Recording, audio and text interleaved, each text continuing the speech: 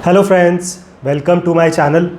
कुछ red flags रहते हैं जिनको आप इजीली आइडेंटिफाई कर सकती हैं in a potential partner. And आज के वीडियो में हम इन रेड फ्लैग्स के बारे में डिस्कशन करने वाले हैं in a lot of detail.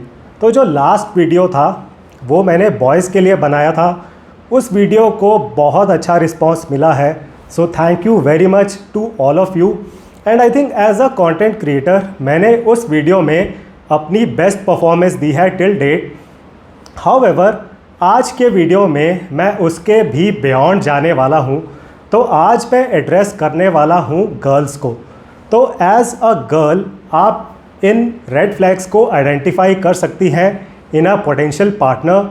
And red flags के होने का मतलब ये है कि यहाँ पर शादी के बाद बहुत लड़ाई झगड़े कलेश होने वाला है। तो अगर आप as a girl in red flags को ऑलरेडी आइडेंटिफाई कर पा रही हैं in a potential partner even before marriage, तो देखिए आपको रियलाइज़ करना है शायद ये जो पार्टनर है वो आपके लिए एक सूटेबल पार्टनर नहीं है। तो सभी गर्ल्स के लिए ये एक बहुत ही इम्पॉर्टेंट वीडियो रहने वाला है एंड बॉयज़ के लिए भी बहुत इम्पॉर्टेंट वीडियो रहने वाला है, बिकॉज एज अ बॉय आप इन रेड फ्लैग्स को अवॉइड कर सकते हैं if you want to be a good suitable partner, right. And एक बहुत बड़ा डिस्क्लेमर यहाँ पर देखिए, आज के वीडियो में मैं आपको कुछ बहुत ही प्रैक्टिकल बातें बताने वाला हूँ।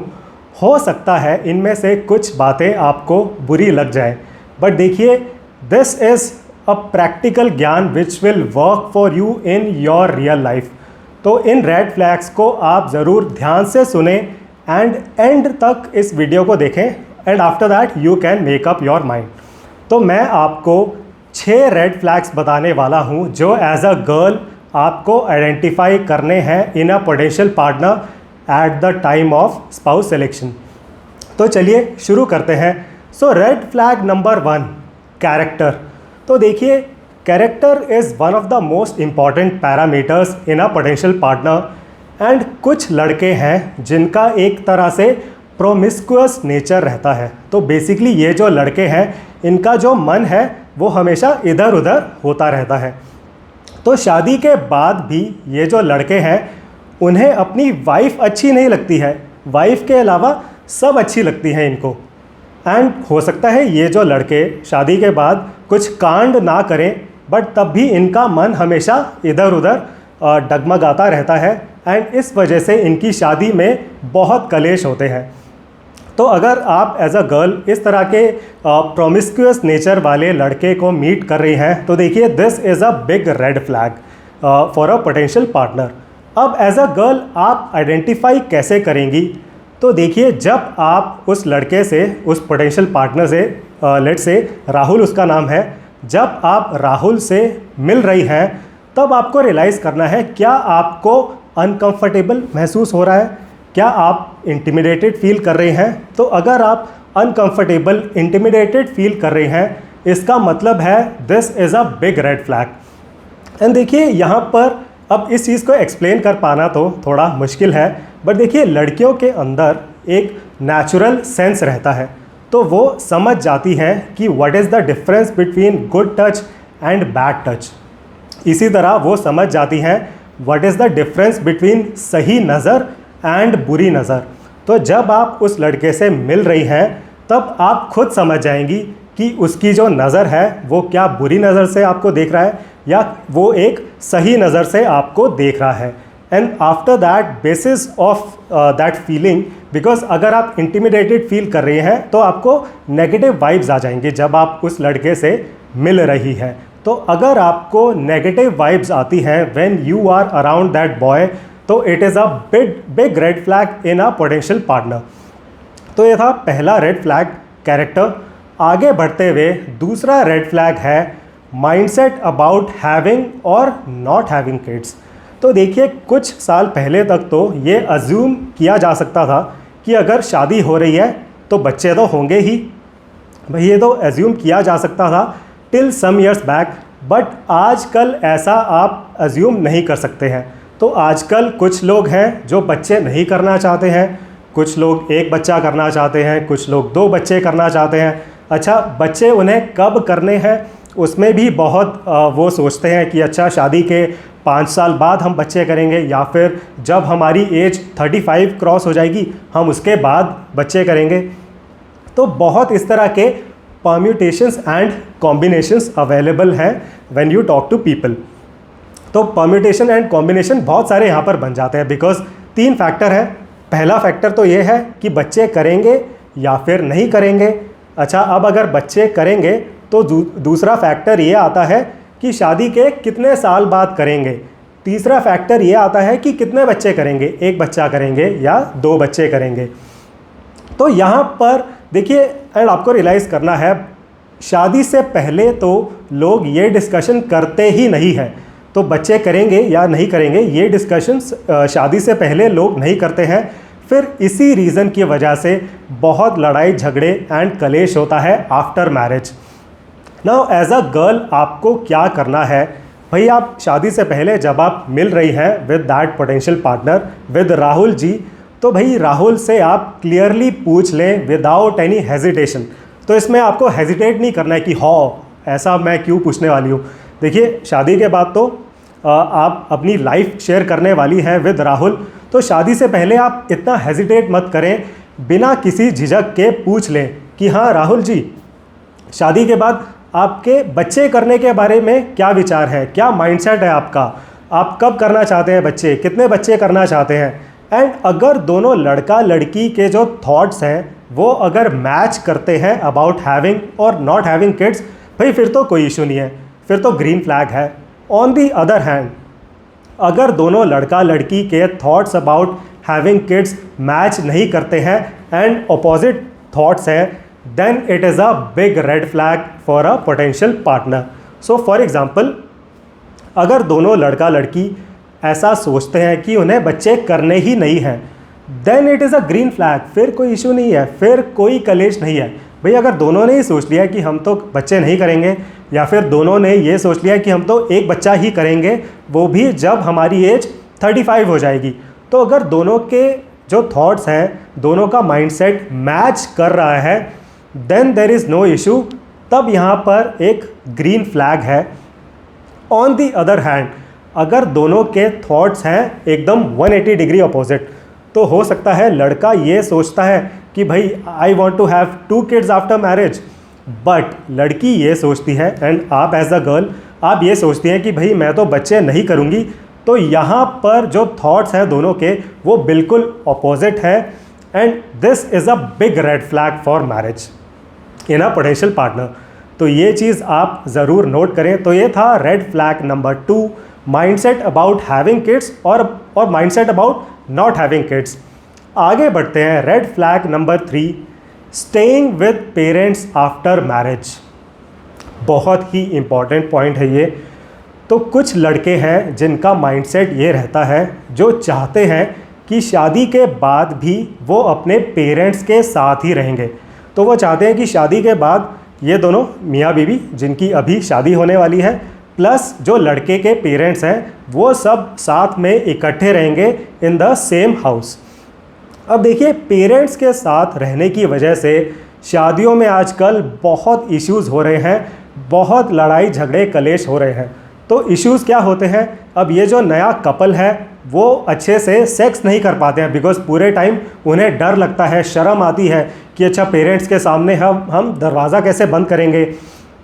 अच्छा अब जो लड़की है, जो नई नई बहू आई है उससे ये एक्सपेक्ट किया जाता है कि वो तो जिस तरह तुलसी जी थी क्योंकि सास भी कभी बहू थी, तो वो लड़की तो वो नई बहू तो तुलसी जी की तरह रहेगी। भाई 4-5 बजे सुबह उठ जाएगी, पूजा कर रही है, वो सबको खाना दे रही है, खाना परोस रही है, सबको रेडी कर रही है ऑफिस जाने के लिए। तो ऐसी एक्सपेक्टेशंस रहती हैं फ्रॉम दैट नई बहू, फ्रॉम दैट नई गर्ल। एंड बहुत सास बहू इश्यूज़ भी आपको फेस करने पड़ते हैं जब आप साथ में रहते हैं विद पेरेंट्स। तो देखिए पहले ही आप पूछ लें एज द गर्ल, आप पूछ लें राहुल से कि अच्छा राहुल जी हम शादी के बाद कहाँ रहेंगे। तो ये क्वेश्चन आपको ज़रूर पूछना है। एंड अगर रिस्पॉन्स ये आता है राहुल जी का कि अरे हम तो साथ में ही रहेंगे, ये भी कैसा क्वेश्चन है, ये कैसा सवाल है, हम तो सब साथ में रहना पसंद करते हैं, हमारे ख़ानदान में तो ऐसे ही होता है, हम सब साथ में रहते हैं, हम शादी के बाद क्या, हम तो हमेशा सब साथ में ही रहेंगे, एक घर में रहेंगे। तो देखिए, अगर इस तरह का रिस्पॉन्स आपको मिलता है तो it is a big red flag in a potential partner, because आपको रियलाइज़ करना है, देखिए शादी के बाद आपको पेरेंट्स के साथ बिल्कुल भी नहीं रहना है। आप आमने सामने वाले घर में रह सकते हैं, ऊपर नीचे रह सकते हैं, साइड में ले लीजिए, कहीं भी साइड में ले लीजिए, डायगनल ले लीजिए, लेफ्ट में ले लीजिए, राइट में ले लीजिए, बट साथ में मत रहें। And I know and realize that भाई रियल एस्टेट का तो काफ़ी रनअप हो चुका है, तो हो सकता है एक नई प्रॉपर्टी परचेस करना will be very costly for you, and शायद आपके पास पैसे नहीं होंगे to purchase a property, but आप रेंट पर तो रह ही सकते हैं। आप जो दोनों हस्बैंड वाइफ हैं, जो ये नया कपल है, आप दोनों रेंट पर रह सकते हैं। देखिए, वेरी इंपॉर्टेंट पॉइंट, अगर आप दोनों हस्बैंड वाइफ एक नॉर्मल 1 BHK में भी रह सकते हैं, it is much better than staying with parents in a 5 BHK mention. इस चीज़ को आप ज़रूर नोट करें। तो शादी के बाद आपको पेरेंट्स के साथ नहीं रहना है। आपकी मैरिड लाइफ में बहुत इश्यूज़, बहुत कलेश होते हैं if you stay together with parents. And as a girl भैया आपको रियलाइज़ करना है, this is a big red flag in a potential partner. तो ये था point number 3, staying with parents after marriage. आगे बढ़ते हुए रेड फ्लैग नंबर 4, लायबिलिटीज़। तो कुछ लड़के श्रवण कुमार वाले मोड में चले जाते हैं कि मम्मी पापा, मैं आपके एहसानों का बदला चुकाऊंगा, मैं आपको घर दिलाऊंगा, मैं आपको गाड़ी दिलाऊंगा, मैं छोटी बहन की शादी भी धूमधाम से, पूरे धूमधाम से करवाऊंगा। तो हो सकता है इस लड़के ने, ये जो पोटेंशियल पार्टनर है, जो ये राहुल है, हो सकता है उसने अपने पेरेंट्स को, सिबलिंग्स को घर दिला रखा है, गाड़ी दिला रखी है, एंड हो सकता है वो जो लोन है इन चीज़ों के, उनको वो खुद रीपे कर रहा है। एंड हो सकता है कि उसकी सैलरी में से एक अच्छा मेजर अमाउंट उन लोन्स के रीपेमेंट में जा रहा है। तो बहुत केसेस में ऐसा सिनेरियो प्ले आउट हो रहा है। तो देखिए यहाँ पर अब ये जो राहुल है वो इस तरह का माइंडसेट रखता है कि भाई अब मैं शादी कर रहा हूँ, मेरी वाइफ आएगी, वो भी पैसा अर्न करती है, अब मैं उसके पैसे भी माँ बाप की सेवा में ही लगा डालूँगा। तो भाई यहाँ पर इस शादी में बहुत पैसे को लेकर कलेश होने वाला है आफ्टर द मैरिज, राइट। तो आप एज अ गर्ल प्लीज़ इस चीज़ को रियलाइज़ करें, अगर उस पोटेंशियल पार्टनर के ऊपर बहुत लायबिलिटीज़ हैं तो it is a big red flag from the perspective of a potential partner. And again यहाँ पर आप इस चीज़ को कैसे रियलाइज़ करेंगी, भाई आपको बिना झिझक के, बिना हेजिटेशन के सीधा ये सवाल पूछना है, सीधा साफ शब्दों में पूछना है फ्रॉम राहुल कि अच्छा हाँ राहुल, तुम्हारे ऊपर लायबिलिटीज़ तो नहीं हैं, कहीं तुम अपने घर वालों को पैसे तो नहीं देते हो। तो ये बहुत ही बेसिक क्वेश्चंस हैं, कैजुअल क्वेश्चंस हैं, आप पूछें फ्रॉम राहुल।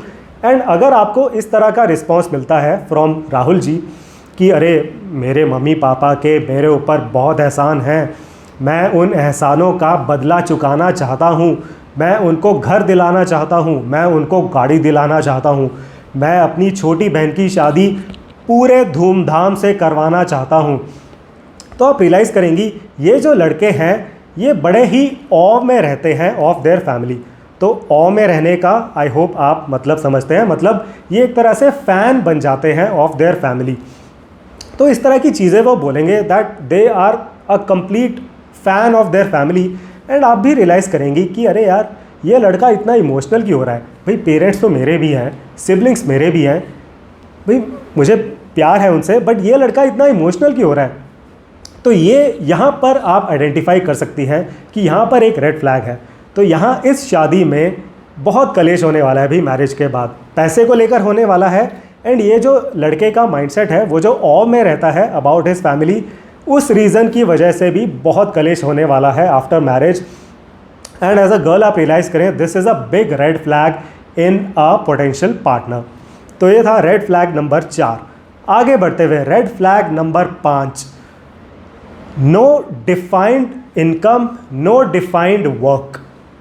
अब इसको मैं आपको समझाता हूँ। देखिए, कुछ केसेस में होता है जब लड़का एक बिजनेस फैमिली से है तो हो सकता है that boy is from a very rich family, तो उसके पापा का एक बिजनेस है, उसकी फैमिली बहुत रिच है।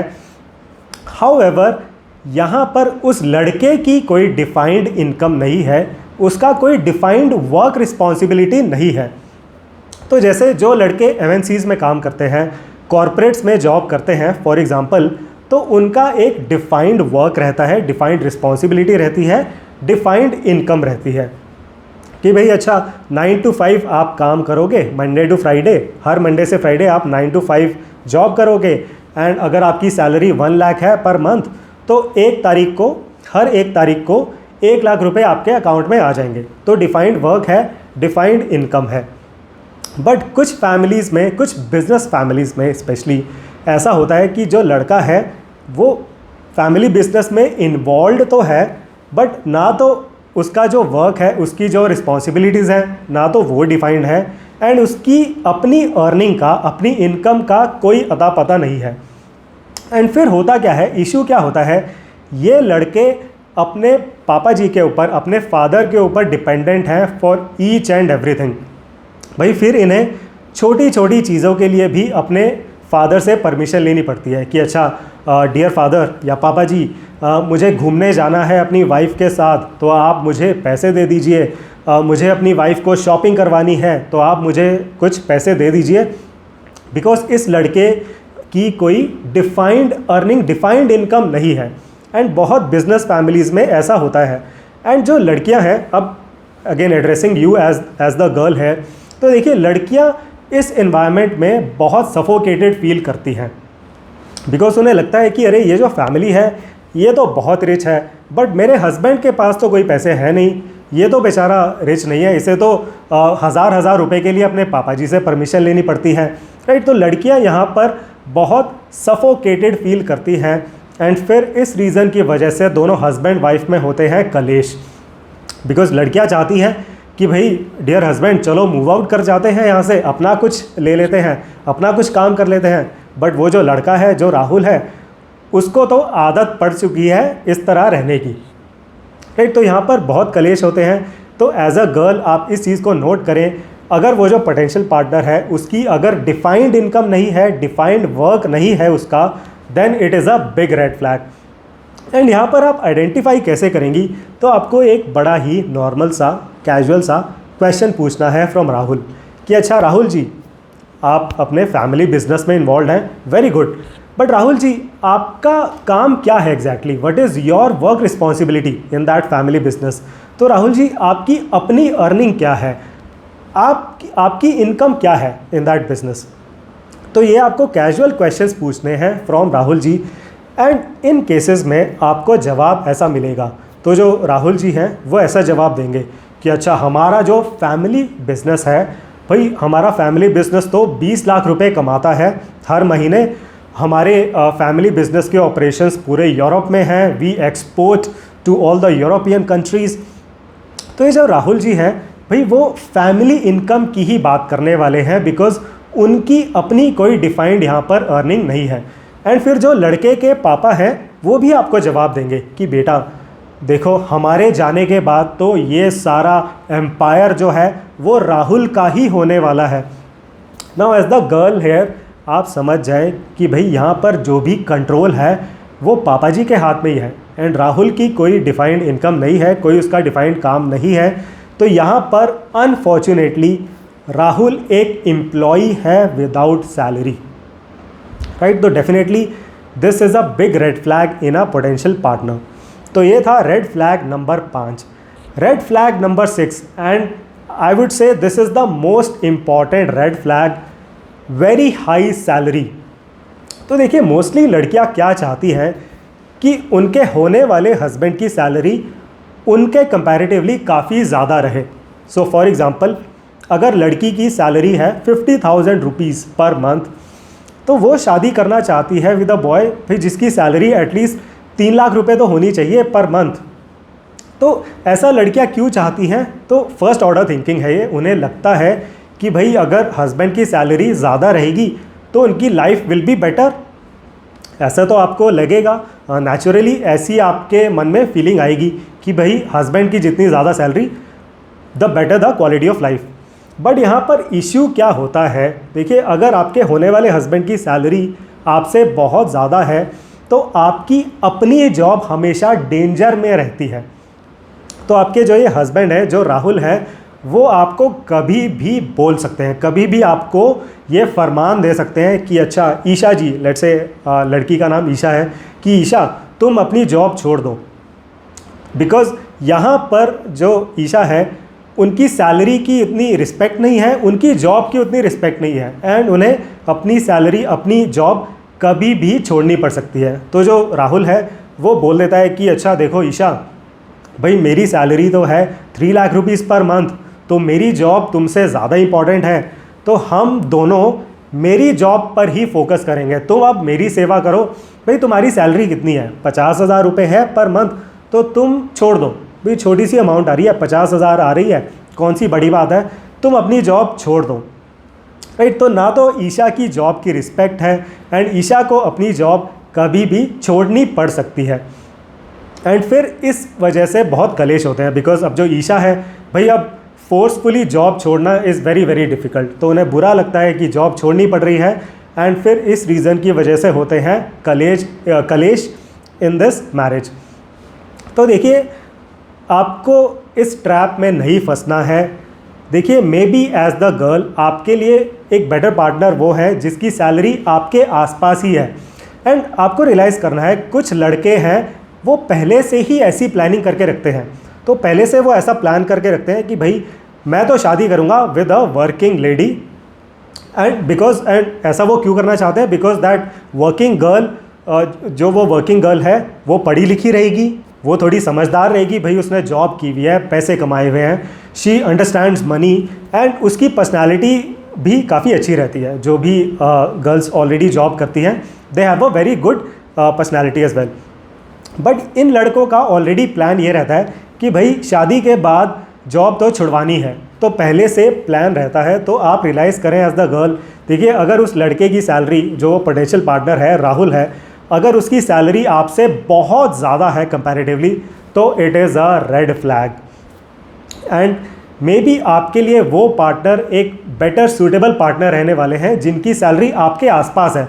तो लेट्स से आपकी सैलरी थी 50,000 रुपीज़ पर मंथ, एंड वो जो पोटेंशियल पार्टनर है, लेट्स से उनकी सैलरी है 80,000, 1 lakh rupees per month, just throwing some numbers around. तो अगर आपके आसपास सैलरी है तो देखिए आपके लिए यहाँ पर बेटर रहने वाला है इन द मैरिज, बिकॉज आपकी जॉब की फिर रिस्पेक्ट रहती है, आपकी सैलरी की रिस्पेक्ट रहती है, एंड आपकी जॉब फिर कंटिन्यू भी रह सकती है, बिकॉज वो जो लड़का है जो खुद 80,000, 1 लाख रुपए कमा रहा है, he will respect your salary of 50,000 much more.